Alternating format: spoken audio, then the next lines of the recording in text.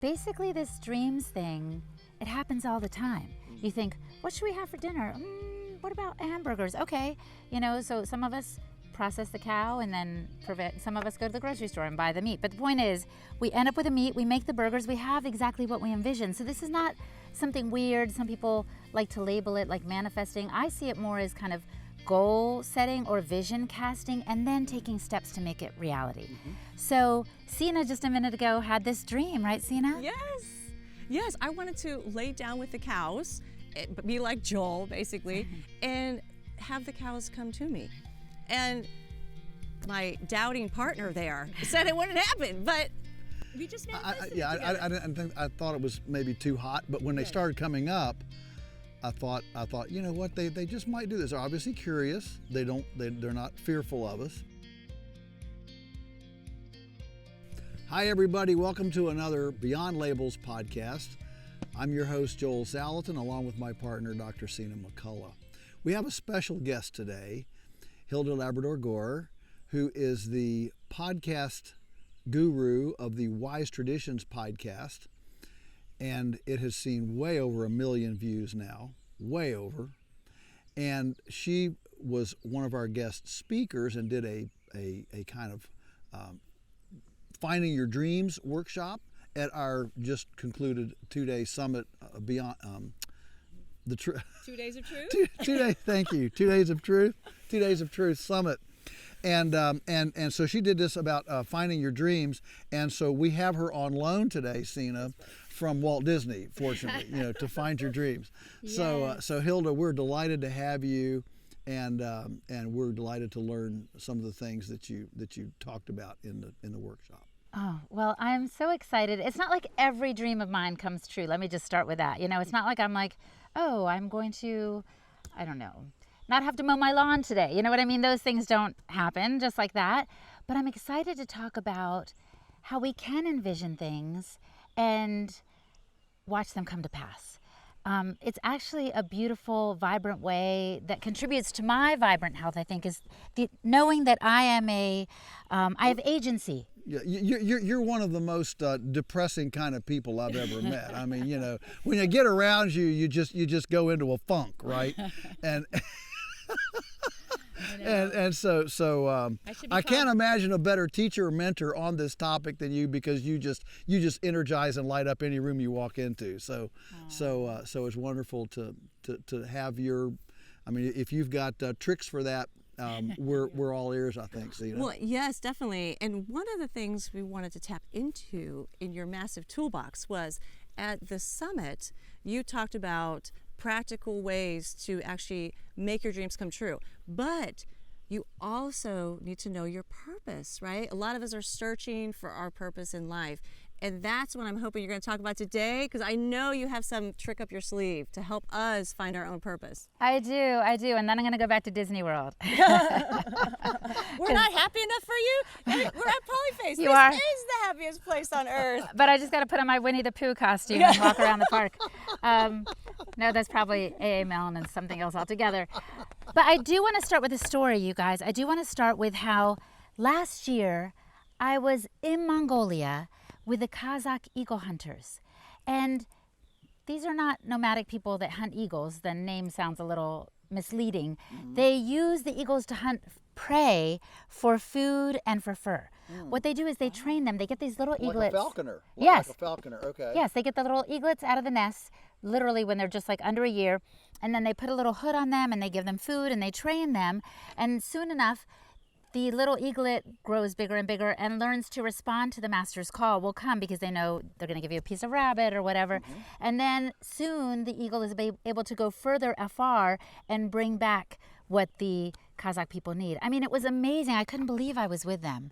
But actually, I can believe... Does each family have one? I mean, how many... That's a good question. I think it's kind of a specialty. Kind of like not everyone in the U.S. has a farm, although we could and we should. Maybe that's one of our dreams, that should be having a farm. But no, we need engineers. We need, we need people to build things. No, I don't think we need to all be farmers, but anyway, we need carpenters and electricians and certainly we need plumbers. Yes. that's right. We do. We need all those things. So some people are eagle hunters. Some people are just herding their camels and their yak and stuff. It's a craft. It is a craft. The culture. It is a craft. And so there I was. In this Western Mongolia is like one of the most sparsely populated places on the planet. Yeah, literally, you would drive for kilometers and kilometers and you wouldn't see a soul. Yeah, even more than Montana. More than Montana, yes. And there I was with these eagle hunters. We would get a big plate of food on the table, and it was just like all what they had. It was all meat and fat and that animal products. That's all they had. And so they're like scooping out the brains and handing them to me. I'm like, thank you very much. I was Did you eating. eat it? Did you yes, eat it? I did, because I always tell myself I'm going to eat whatever is put in front of me. And yeah. I mean, I like organ meats, but you know, it kind of pushes my limits sometimes. Sure. But speaking of pushing limits, so how did I get to Mongolia? You know, I'm not independently wealthy per se, and I don't know, I don't have like all these means to make things happen, but I have the same thing that brought people to Polyface this weekend.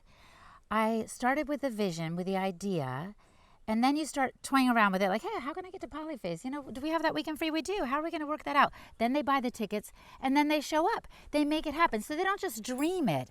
They take steps to get there. And so with Mongolia, my friend, Mary Ruddick, actually planted the idea of coming to Mongolia. I didn't even know where Mongolia was, honestly. I had to look it up on the map. You, Dora the Explorer 2.0, you didn't know? 3.0 will know. 3.0 will know. I'm 2.0. So I was like, she was saying to me, do you want to come to Mongolia? I was like, sure. And then I was like, okay, between Russia and China, you know, finding out all the things about it. But so she gave me the idea, but my first answer to her was no. Because I had other things on my schedule. I wasn't sure, but then I started imagining myself there, and I thought, like, my mind is going to be blown. I'm going to experience so many beautiful things that I don't even know. I'm going to be humbled and like in awe of it all. I'm going, and that's when I determined, okay, I'm going to buy my tickets. I'm going to cancel the things on my schedule, and then I showed up there.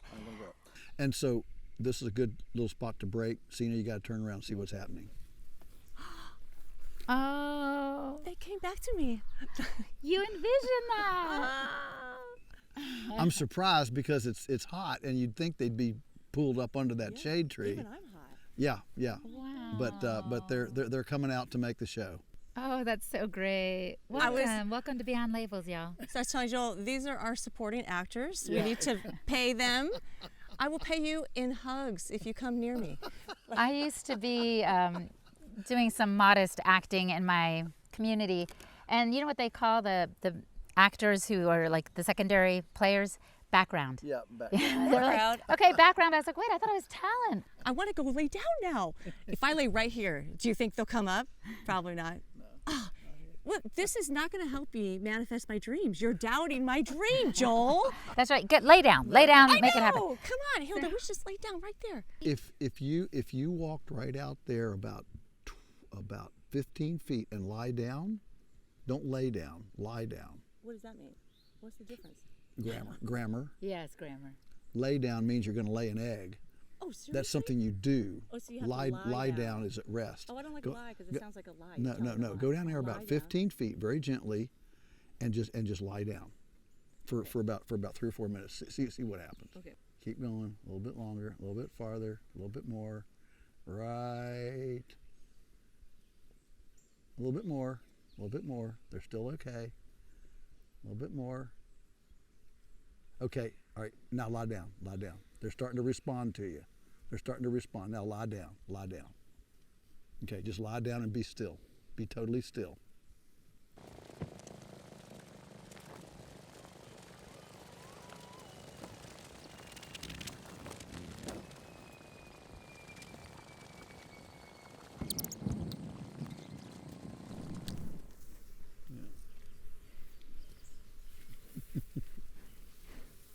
So basically this dreams thing, it happens all the time. You think, what should we have for dinner?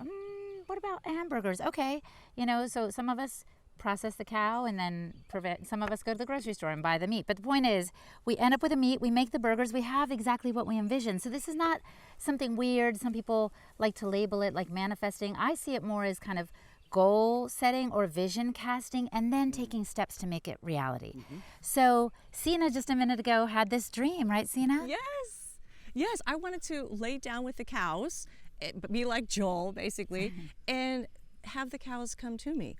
And my doubting partner there said it wouldn't happen, but we just manifested it together. I didn't think, I thought it was maybe too hot, but when they started coming up, I thought, you know what, they just might do this. They're obviously curious. They're not fearful of us. And then he was supporting because he That's told right. you steps to do. He's Yes. like, do He this, walked me stop through it. there, lay down, be still, you know, all the Yes. things. So sometimes you do have friends that are going to help you out, and you will have doubting Thomases.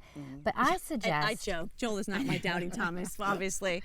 You know. No, that's Tom Cowan, but that's another story. He told me. He said they used to call me Doubting Thomas, Thomas, because he asked so many questions. Yeah. And honestly, well, I could go on about different things there, but anyway, so it is okay to, as I say, doubt your beliefs or whatever, but a car will only go where you steer it. Same with a tractor, same with your life. Sure. So you need to have a vision. And so I want to say start small. We'll talk about the purpose thing in a bit, Sina, but right now I just want to say pick something small that you're like, gosh, I wish that relationship were improved, or I wish this health goal were being achieved on my part, or that I picked up that instrument so long ago that I set aside, you know. So start with something small, but maybe beyond what you think is possible, because it's fun to have dreams that are bigger than yourself. And so first thing you do is envision it. Do you want to do it right now? It's a little bit like a game. It's a little bit like a workshop. But so let's all think of one thing that we would like to see come to fruition. Just a vision. It's like planting a seed. And those of you who are listening or watching, you can just pause here and then come back and take as much time as you'd like. But the idea is, once you have that idea in your head, that's great. And you can even make it more like reality by envisioning, what would it feel like when that happened? You know, what will it smell like? Explore the senses of it. What will it taste like? What will that experience be like when I'm reconnected with that uncle? You know, what? And it can really only be something, by the way, that's within your power to control. Like, I can't say, I wish my neighbor would move away, you know. That's also negative. I'd rather think about something positive that's somewhat within my realm of possibilities. Like Within your sphere of influence, a la Stephen Covey. Yes. So I can't make him move away, but what if I changed my side of the street? What if I were like more loving toward him or her? What if I thought, okay, let me see if I can invite them periodically to do things. Anyway, if I wanted to improve that, I can only take responsibility for my end of it. So once you have that idea, the next thing is write it down. We don't all have writing utensils right now, but you would really write it down. Why? Because it takes it from the sphere of imagination to something more concrete that you can see. And then you can look at it regularly, and that is part of making the dream come true. And then you start taking steps to see it to fruition. I've heard it said that if you don't post your dream on the refrigerator door, it'll never happen. In other words, somewhere it needs to be posted so you can see it. And that's why mission statements are so important. Yes. And that's part of the purpose exercise that we'll do later. So I like this because to me it melds faith and then even people who are not in the Christian faith paradigm. Why? Well, the Bible says without a vision the people perish. Right. You know, and that we're supposed to keep our eyes on Christ. You know, so there's a lot of talk about focus there. I run the race with endurance, the Apostle Paul said, you know, keeping my eyes fixed on the creator and sustainer of life, so to speak. That was a little Hilda translation. But, you know, so you've got to know what you're doing and what you're about and where you're headed. And so it's kind of a form of prayer too, I think. And then for people who are like, oh, this is not my paradigm, this is not my thing, well, just think of it as a way of goal setting or vision casting, something you can accomplish, or some people like to think of it as manifesting, where you're speaking something or saying something and that makes it more likely to happen. Can I tell you a fun story? I haven't told this on your show, I don't think. Yeah. So, okay, what happened was back in the day, I was, you know, single and ready to mingle, and I was hanging with some friends, and we were like, let's do something crazy. Let's go into David's Village and Bridal Shop and have one of us try on wedding dresses, even though none of us had prospects or anything. I mean, we were attractive people, but it just hadn't happened yet.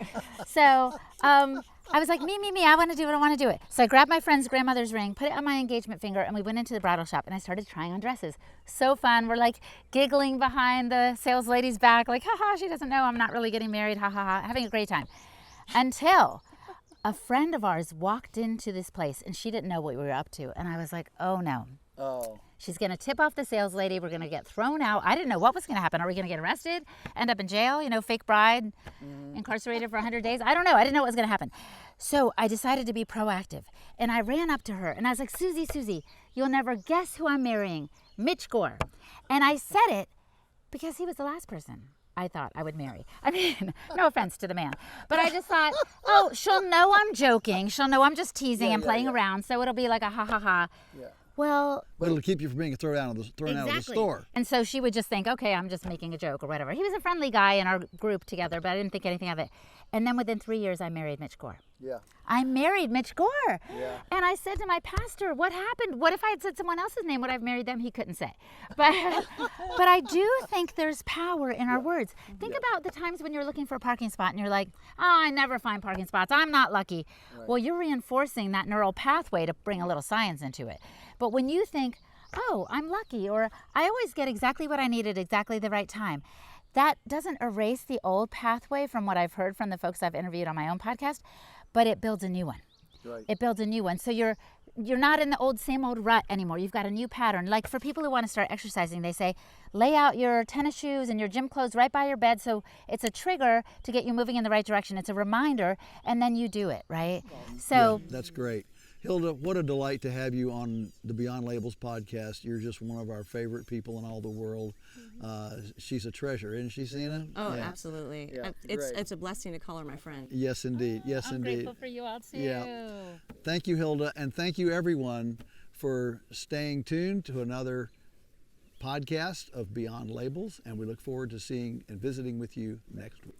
And if you like what you hear and you want to hear more from Hilda and our other fabulous speakers at our 2 Days of Truth Summit, you can get more information on that and actually purchase the entire summit online and access it on demand.